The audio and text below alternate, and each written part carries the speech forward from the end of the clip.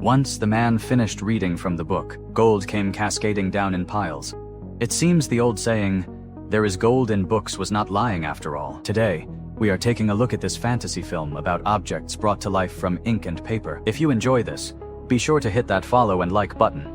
Our protagonist is named Mo.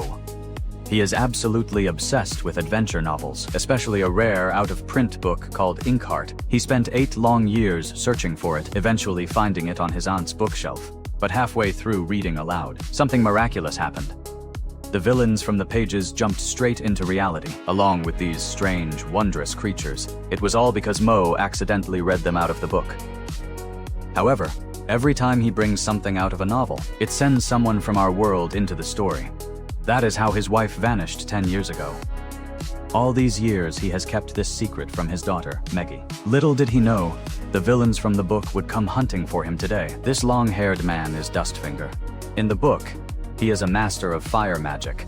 He has been desperate to find a way back home to reunite with his wife. So, he asked Mo to read him back into the story. But what about the Inkheart book itself? It has been snatched up by the villain called Capricorn. Ever since he arrived in the real world, he has had no intention of returning. He wants to stay here and enjoy all the riches and power. Since he discovered Mo's ability to pull things from books, he had Mo and his daughter dragged to his castle. He is forcing him to read the pirate's gold out into our world. To protect his daughter, Mo has no choice but to comply. At first, only a heap of sand poured out. It seems the pirates hid their gold in the desert. But as he continued to read, gold coins finally started to shower down, dozens and dozens of sacks filled with gold, and even the little pirate from the story appeared. Overnight, Capricorn has become a wealthy man and is thrilled. He locked Mo and Meggie in the dungeon, preparing to have him read more for him tomorrow. Meanwhile, Dustfinger was snooping around the kitchen when he accidentally discovered that a maid was none other than Mo's wife, Raysa. She was held captive by an iron chain. Actually, she was pulled out of the book by Mo a year ago, but tragically fell into Capricorn's clutches, and she had been rendered mute. Dustfinger, wanting Mo to read him back into the story, decided to rescue his wife, Raysa. He had his pet help steal the keys from a guard. Dustfinger did not tell Mo about this right away, because the book was still in Capricorn's possession. Without it, he could not return one way or another, so he had to rescue Mo first to retrieve the book. He even pulled a book about natural disasters from his cloak. He wanted to summon a storm to strike at the villains and use the chaos to escape. Once Raysa escaped the kitchen, she nearly got caught by the guards again. After ducking into a room, she accidentally fell into the cellar as Mo finished reading from the book. A massive whirlwind immediately swept through the hall. The family seized the moment to flee the dungeon. Inside were all sorts of venomous snakes and another book. It was the rare copy of Inkheart. Capricorn handed it over to Meggie, demanding she read out the Dark King, known as the Shadow. Just by the name, you know he is no good. Meggie swore she would never read another word for him. Capricorn then brought her face to face with her mother. Although Meggie had not seen her mom in years, she recognized her immediately. Capricorn threatened that if she did not read properly, he would kill her mother. He then threw her and Finoglio into the dungeon. Dustfinger was also locked in the cell next to them to prevent Capricorn's scheme from succeeding. The author worked through the night to rewrite the book's ending, attempting to pit the two villains against each other. Just then, a guard wandered over to see what the commotion was. Dustfinger's pet seized the moment and pounced. It snatched the amulet from around his neck. Furious, the guard drew his dagger and lunged forward. Meggie seized the opportunity to knock him unconscious. Dustfinger quickly bolted out and locked the door behind him. Then he began rubbing his palms against the door of Meggie's cell. He tried to perform his fire mastery to break the lock. His palms were glowing red and emitting white smoke, yet he simply could not conjure the flame because his magic was fading. Bit by bit, he had no choice but to dash off and find Mo. Back in the cell, Finoglio planned to continue rewriting the novel, but things did not seem to be going as planned because he harbored a shocking ambition. He wanted to write himself into the story, hoping to achieve immortality and eternal wealth. Later, the guard returned to lead Meggie away. Then he made her dress as a princess. It turned out Capricorn intended to summon the ultimate villain from the book right there, with her mother trapped in a cage. Meggie had no choice but to read aloud from the book. As soon as she finished, a gargantuan monster emerged from the ground. This was the Shadow. an immortal being impervious to steel and fire. It was wreathed in black, swirling smoke. It could swallow several men in one gulp. At the critical moment, Meggie pulled out the ending Finoglio had rewritten and began to read. The content essentially commanded the shadow to destroy Capricorn. Upon hearing it, the shadow instantly swung its massive hand and struck down at Capricorn. At the pivotal instant, Mo rushed in like a madman, just in time to save Capricorn's life. Fortunately, Eleanor arrived just in time, leading all those monsters out of the pages. The place was instantly thrown into chaos. The shadow returned once more. By now, Meggie had nothing left to read from.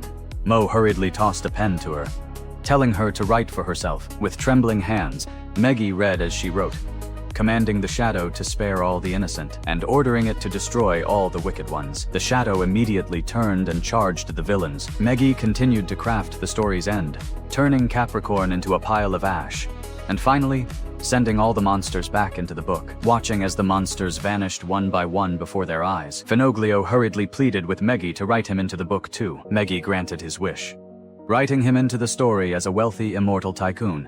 With that, her family was finally reunited. However, Dustfinger and Farid remained in the real world. He figured Mo would never risk sending him back into the book again. So he stealthily made off with Inkheart. They decided to hunt for others who could pluck items from the book. In the end, Mo caught up with them. He insisted on sending his friend back home. And just like that, Dustfinger was returned to the novel. He was finally reunited with his beloved wife as he had wished. But Farid, head over heels for Meggie, would rather die than go back into the book.